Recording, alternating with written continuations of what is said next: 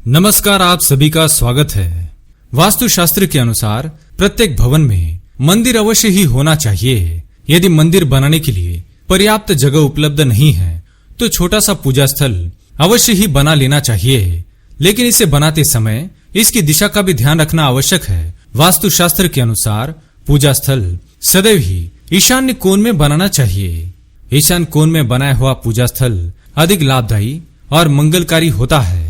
इसके अतिरिक्त अनेक ऐसी महत्वपूर्ण बातें हैं जो पूजा घर से संबंधित वास्तुशास्त्र में बताई गई है, जैसे पूजा स्थल में देवी देवताओं की कितनी मूर्तियां होनी चाहिए, साथ ही किन देवी देवताओं की मूर्तियां एक साथ नहीं रखनी चाहिए और पूजा घर में कौन सी देवी देवताओं की मूर्तियां नहीं होनी चाहिए। इस विषय में महत्वपूर्ण जानकारी मिलती है। आज की इस वीडियो में हम आपको इन्हीं महत्वपूर्ण विषयों पर जानकारी देने वाले हैं।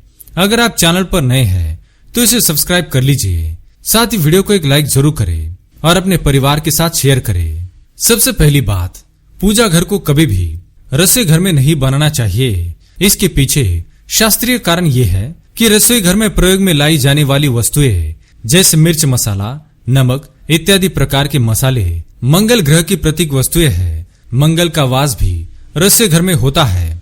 हमें पूजा करने के लिए हमारा मन शांत रखना होता है। शांत मन से की हुई पूजा ही फल प्रदान करती है। इसलिए रसोई घर में पूजा घर होने से हमारा मन मंगल के उग्र प्रभाव में आता है, जिस कारण से हमारा पूजा में पूरी तरह से मन नहीं लगता है। इससे बचने के लिए आप धूप दीप और घी का दीपक अवश्य जलाएं, जिससे रसोई घर में व्याप्त उग्रता कम हो जाती है और हमारा पूजा में मन लगता है। तीसरी बात, पूजा घर में मूर्ति की स्थापना ऐसे की जानी चाहिए कि व्यक्ति का मुख पूजा करते समय ईशान कोण अर्थात उत्तर पूर्व दिशा में होना चाहिए। चौथी बात, पूजा घर में सदैव ही साफ सुथरी मूर्ति, यंत्र और तस्वीरें रखनी चाहिए। मूर्तियों को सदैव धातु, पत्थर अथवा मिट्टी का होना चाहिए। मिट्टी की मूर्तियां सबसे अधिक प्रभावशाली होती है, परंतु यह अंदर से खोखली नहीं होनी चाहिए। प्लास्टर ऑफ पेरिस से बनी मूर्तियां अपने पूजा घर में भूल से भी ना रखे। पांचवी बात, सामान्यतः घरों में मूर्तियों की प्रकृति खड़ी रहने की अपेक्षा बैठी हुई होनी चाहिए, अर्थात किसी भी देवी देवता की खड़ी हुई मूर्ति नहीं लानी चाहिए। सभी देवी देवता विराजमान अवस्था में होने चाहिए। छठी बात, देवी देवताओं की मूर्तियों से जो भी उतरे हुए सूखे फूल, माला और हवन धूप आदि की राख होती है और सफाई से निकाला हुआ अवशेष जल, नारियल के टुकड़े, पुराने कपड़े इत्यादि को अनावश्यक समझकर फेंकने के बजाय तेज प्रवाहित होते जल में विसर्जित कर देना चाहिए। सातवीं बात, देवी देवताओं की पूजा एक स्थान में स्थिर होकर एक आसन में बैठकर ही करनी चाहिए। कोरी जमीन पर बैठकर पूजा ना करे। गृहस्थ को उनके आसन पर बैठकर ही पूजा करनी चाहिए।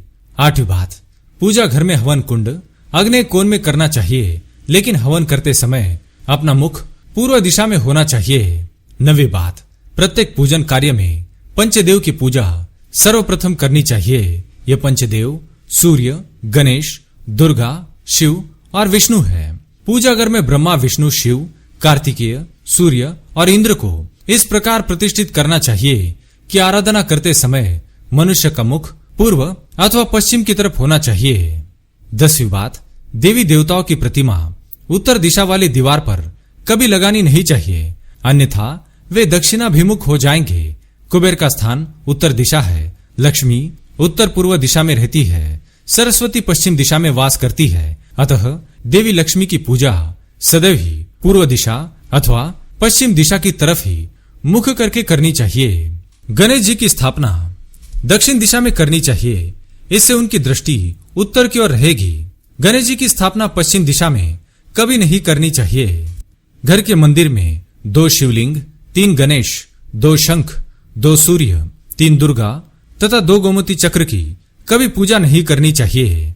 महालक्ष्मी जी की मूर्ति के साथ गणेश जी की मूर्ति के अलावा भगवान श्री विष्णु जी की मूर्ति भी अवश्य रखनी चाहिए और लक्ष्मी नारायण की पूजा हमेशा एक साथ करनी चाहिए।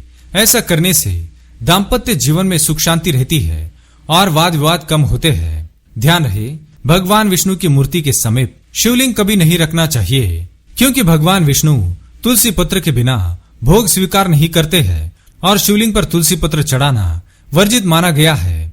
इसलिए शिवलिंग और भगवान विष्णु की मूर्ति को अलग अलग रखना चाहिए। घर में हनुमान जी की मूर्ति या तस्वीर अवश्य लगानी चाहिए।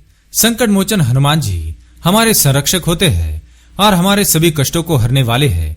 लेकिन हमेशा ध्यान रहे कि हनुमान जी की मूर्ति या तस्वीर ऐसी लगानी चाहिए जिसमें उनके साथ प्रभु श्री राम जी अवश्य हो। राम जी के अलावा यदि माता सीता और लक्ष्मण जी भी साथ हो तो और भी अच्छा होता है। पूजा घर में कभी भी माता काली, भैरव जी और शनिदेव इन तीनों की मूर्तियां एक साथ नहीं रखनी चाहिए, क्योंकि इन तीनों मूर्तियों को अत्यंत उग्र माना जाता है। इनसे सदैव ही तीव्र ऊर्जा निकलती रहती है जिसका प्रभाव हमारे मन पर पड़ता है। हो सके तो इन मूर्तियों को अपने पूजा घर में भूल से भी ना रखे, क्योंकि इन मूर्तियों की पूजा करने की विधि बहुत ही कठिन है। इन मूर्तियों की पूजा करने के लिए कठोर नियमों का पालन करना पड़ता है और साधारण मनुष्य इन नियमों का पालन नहीं कर पाते हैं। इसी कारण से इन मूर्तियों को घर में रखना वर्जित माना जाता है। भगवान श्री कृष्ण राधा रानी के बिना अधूरे होते हैं, इसलिए पूजा घर में सदैव ही भगवान श्री कृष्ण की मूर्ति के साथ राधा रानी की मूर्ति अवश्य होनी चाहिए। इसी के साथ ही लक्ष्मी नारायण, शिव पार्वती इनके एक साथ पूजा करने से कई गुना अधिक फल प्राप्त होता है। तो इस प्रकार से हमारे पूजा घर में इन मूर्तियों की स्थापना करनी चाहिए। उम्मीद है यह जानकारी आपको अच्छी लगी होगी। वीडियो पसंद आए तो लाइक करें, कमेंट में जय श्री कृष्ण, हर हर महादेव अवश्य लिखें। साथ ही चैनल को सब्सक्राइब करना ना भूले। धन्यवाद।